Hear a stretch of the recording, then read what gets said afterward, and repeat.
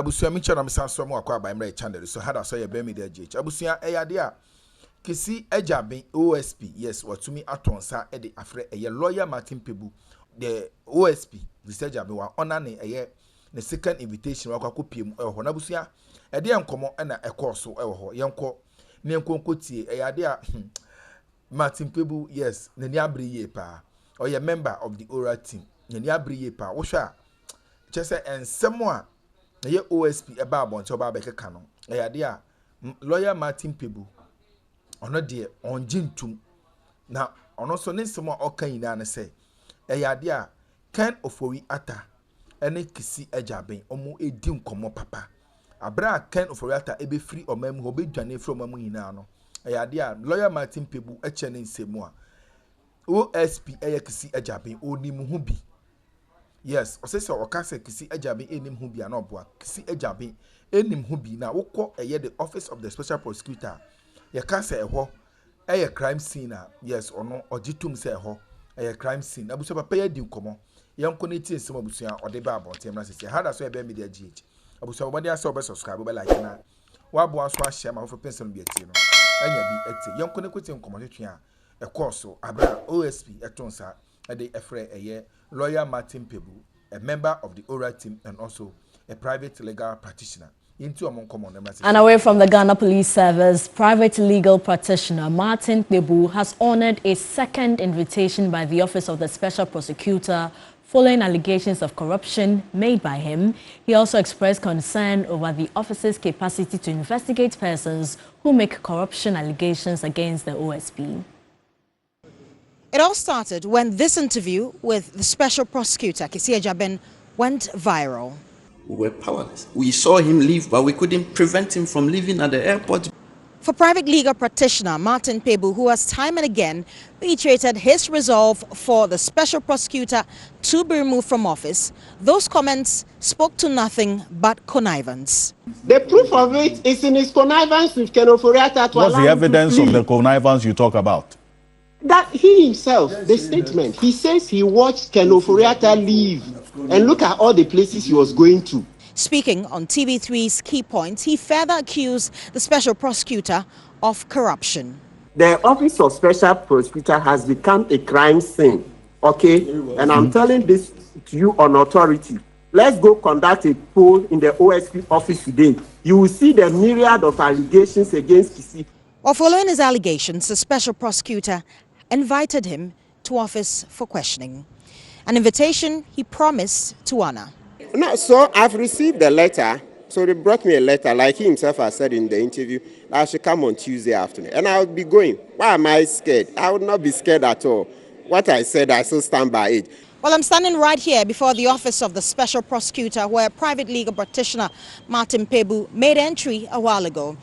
And after a while of questioning, this is what he had to say. We've not yet reached that stage of providing the further and better particulars. There are a lot of legal steps we are trying to go through, so we are negotiating them step by step. My problem is not with the office. The office should stay. I'm just saying that because Kisi Ejaben sat, he said he got, not just that, he got the information that Ken Ofori Atta was about to flee Ghana, and Kisi Ejaben didn't trust the Ghanaian people to help him by coming to give us the information as required by the preamble of the Constitution. He didn't get this simple constitutional law principle. And so with this, I just said, no. He can't stay in that office. He can't. Judith Brown, TV3 News. The presidency has, which is actually in a related development, the presidency has assured protesters of the Akroma demonstration of a swift response following their petition to remove the special prosecutor from office. The demonstration, which lasted 2 hours, also courted public sympathy to see the office of the special prosecutor as a duplication of the Economic and Organized Crime Office, EOCO, which can effectively execute same mandate. George Queening followed the protesters and has come through with his report. The Akroma demonstration began from the Obra Sporters Circle through some principal streets of Accra, including Ring Road, Asalam Down and Akweje Interchange.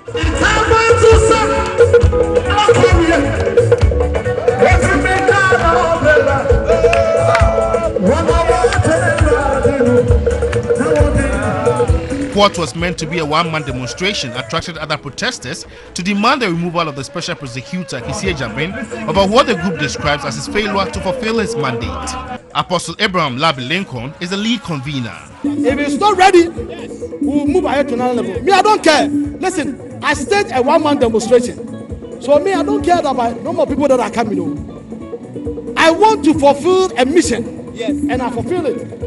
Whenever I deliver my petition, I am done with what, and I'll come back again if I don't hear anything good news.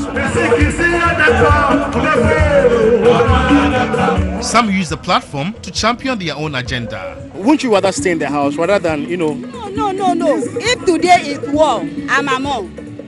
You get it? So when the good is coming, I have to be among. What exactly are you protesting? I want the president to continue. The disability common fund, she increased it. We asked some of the protesters whether they knew the reason for the protest.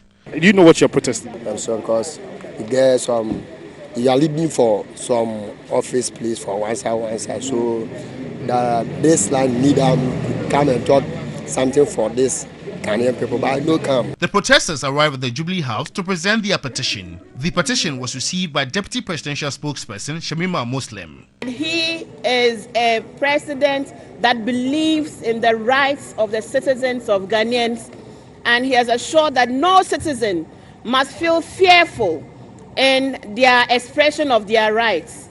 And so we see your demonstration here today as a way of activating our constitution, and we are happy to receive your petition. The petition has been received by the presidency, and according to the lead convener, Apostle Lincoln, if nothing is done about this very petition, he will come back again and protest until the right thing is done. George Quinning, TV3 News, Jubilee House, Accra. Let's now go to the northern region, and there is mixed reaction among residents of the Pandai constituency following a ruling by the Tamale High Court directing a rerun of the constituency's parliamentary election within 30 days. Christopher Mwako was in the area and has more. The Pandai constituency, with a voter population of 55,057, is one of 18 constituencies in the northern region. The Electoral Commission on December 8, 2024, declared New Patriotic Party's candidate Matu Nyindam as Member of Parliament-elect. However, on January 30, 2025, his opponent, Daniel Nsala Wakpal of the NDC, petitioned the Tamale High Court seeking an order to set aside the declared results following what the NDC described as inconsistencies and irregularities in 41 out of 152 polling stations. The Tamale High Court, presided over by His Lordship Emmanuel Brew Planch, on Monday, November 24, nullified the Pandai parliamentary election results and ordered a rerun within 30 days.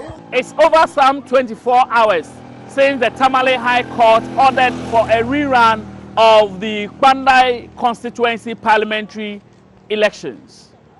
Having visited the Pandai constituency today, the atmosphere is serene and calm. As a resident, I think they should forget it because they are going to waste resources and again put lives in risk.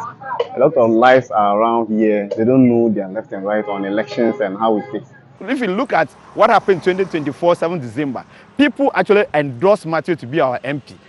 People were thinking that after the verdict or the order of the court, they come to Pandai, there will be conviction. No, you came to Pandai, you see that there's no problem in Pandai. Everybody is doing their work normal. It is the work of the courts, and those people decided to go to court. But the people who chose Matthew are still in Pandai. As a measure to ensure a peaceful atmosphere ahead of the rerun, the Pandai District Security Committee has met over the matter. The DASEC chairman, I am assuring the people of Pandai that for now, to election and after election, the peace we are enjoying now, we will continue to enjoy that peace. This rerun will never bring disturbances in terms of peace in Pandai District. Meanwhile, lawyers for the embattled Member of Parliament for Pandai, Matu Nyindam, have filed a motion for a stay of execution, challenging the decision of the Tamale High Court ordering a rerun of the parliamentary election. Well, trust your election command center to bring you up to speed information regarding everything you need to know about the rerun of the Pandai constituency parliamentary elections in the next 30 days. Christopher Mwako, TV3 News, Pandai. In more news this evening, the Ghana Armed Forces has completed the first phase of its 2025-2026 Greater Accra recruitment exercise with nearly 17,000 applicants successfully screened.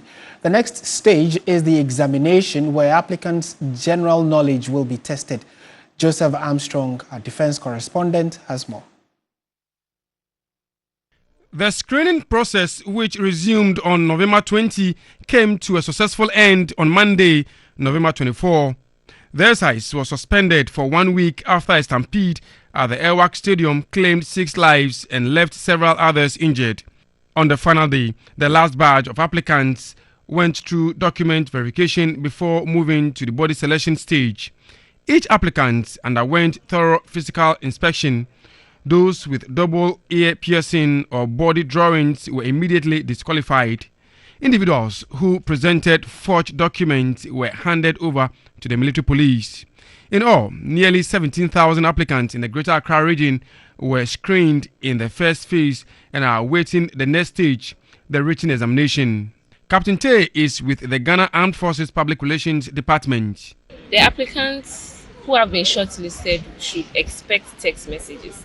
These text messages will tell them where and when to go for the examination phase. Those who are tradesmen who applied as tradesmen will take a trade test based on the various skills that they have. Joseph Armstrong, Good Alibu TV3, Accra. Let's now go to the eastern region where the dismembered remains of a 40-year-old man has been discovered by a search party in the Bidiasi stream at Ibua in the Ibua North municipality. A suspect has been arrested while an alleged accomplice is on the run. Incident has left relatives and residents in a state of shock. According to the family, it's been more than 10 days since the disappearance of the deceased Samuel Kojo Yeboah. His disappearance was reported to the police by the family, but for days his whereabouts was still unknown. Unable to wait any longer, a search team of community members and relatives was deployed on Tuesday. They discovered the lower part of his body in the Bidiasi stream before later relocating the upper part, all in a decomposed state. Family members have identified the remains, while a pathologist was invited to conduct investigations to determine the cause of death. The relatives are demanding justice is served them. Left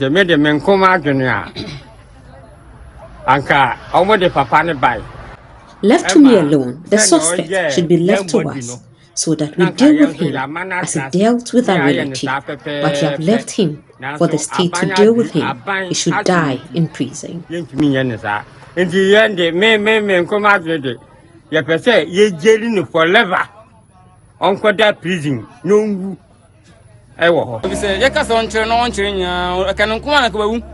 If you feel so, to give us information on the whereabouts of the deceased clearly indicates he killed a relative. Ours is to go and bury our deceased. We leave the matter to the state to deal with.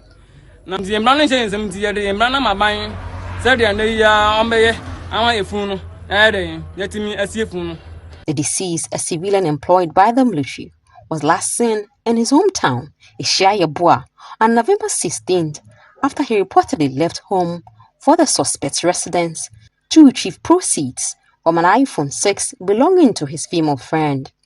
The suspect is currently in police custody, while his son, believed to be an accomplice, is on the run. Meanwhile, early on in the morning, some youth set ablaze houses belonging to the suspect. It took the swift intervention of the police and fire service to restore calm and prevent further violence. Well, Graphic Business and Stanbic Bank have used their latest breakfast meeting to push for... Mr. Speaker, let me also use this opportunity in debating the budget since I speak as the present Minister for Education. that there is some ongoing debate on restrictions on Muslim students in Wesley Girls, which conflicts with international human rights standards and even standard expected of us in Ghana's constitution under Article 33(5) and 26(1) of the constitution. And then to assure our colleagues that we have a duty to uphold the rights of every Ghanaian child and to uphold the rights of every Ghanaian citizen. No right is divisible, and that we will not countenance any action by any person to deny any Ghanaian girl the opportunity to profess or practice any religion. Mr. Speaker, let me conclude. Meanwhile, the Supreme Court will soon have to determine a case pitting the rights of Muslim students against the religious identity of faith-based schools. The case, brought by private legal practitioner Shafiq Osman, challenges Wesley Girls Senior High Schools and its policies on religious practices, sparking a national debate on freedom of religion. Judith Brown has more on this explainer. A high-stakes constitutional battle is unfolding at Ghana's Supreme Court, one that sits at the crossroads of religious freedom, educational policy, and the identity of faith-based public schools.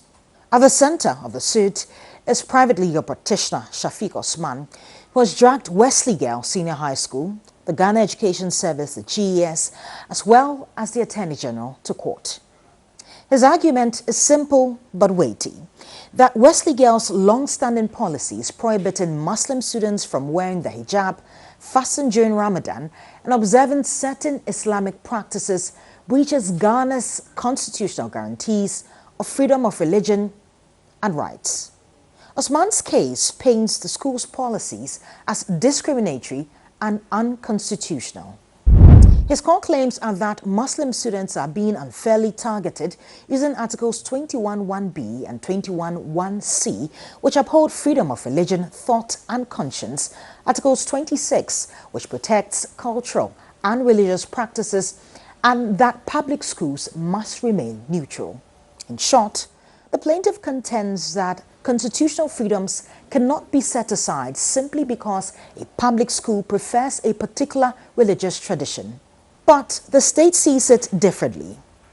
Representing Wesley Girls Senior High School and the GES, the Attorney General argues that the school's Methodist foundation is not incidental. It's integral, and hence its rules, he says, must reflect that heritage. He also argues that faith-based schools must retain autonomy and that the restrictions are not arbitrary. And according to the Attorney General, compelling the school to abandon these rules would dilute its distinct religious mission. At its core, the case forces Ghana to confront a delicate constitutional puzzle. Can a faith-based public school enforce religiously inspired rules if those rules conflict with students' freedoms? Well, critics of the Attorney General's argument insist that once a school accepts public funding and authority, it must place constitutional rights above denominational doctrine. Others argue that faith-based schools have the right to maintain their identity even within the public system. While in the end, the Supreme Court's verdict, whenever it may come, may reshape the landscape of religious expression in Ghana's public school and redefine how faith and constitutional rights coexist within educational institutions. Judith Brown, TV3 News. Meanwhile, the Ghana Catholic Bishops' Conference and the Christian Council of Ghana have jointly reaffirmed their resolve to preserve the Christian identity and ethos of mission schools amid growing national debate over whether non-Christian students, especially Muslims, should be allowed to fully practice their faith in these institutions. The two bodies argue the mission schools were founded, built and nurtured by the churches long before the establishment of the modern state, and that government support represents a partnership, not ownership of these institutions. They maintain that because attendance is voluntary, parents who choose these schools do so knowing they operate within a Christian worldview, and that introducing parallel religious systems would undermine the discipline, unity and moral formation that have defined their long-standing educational success.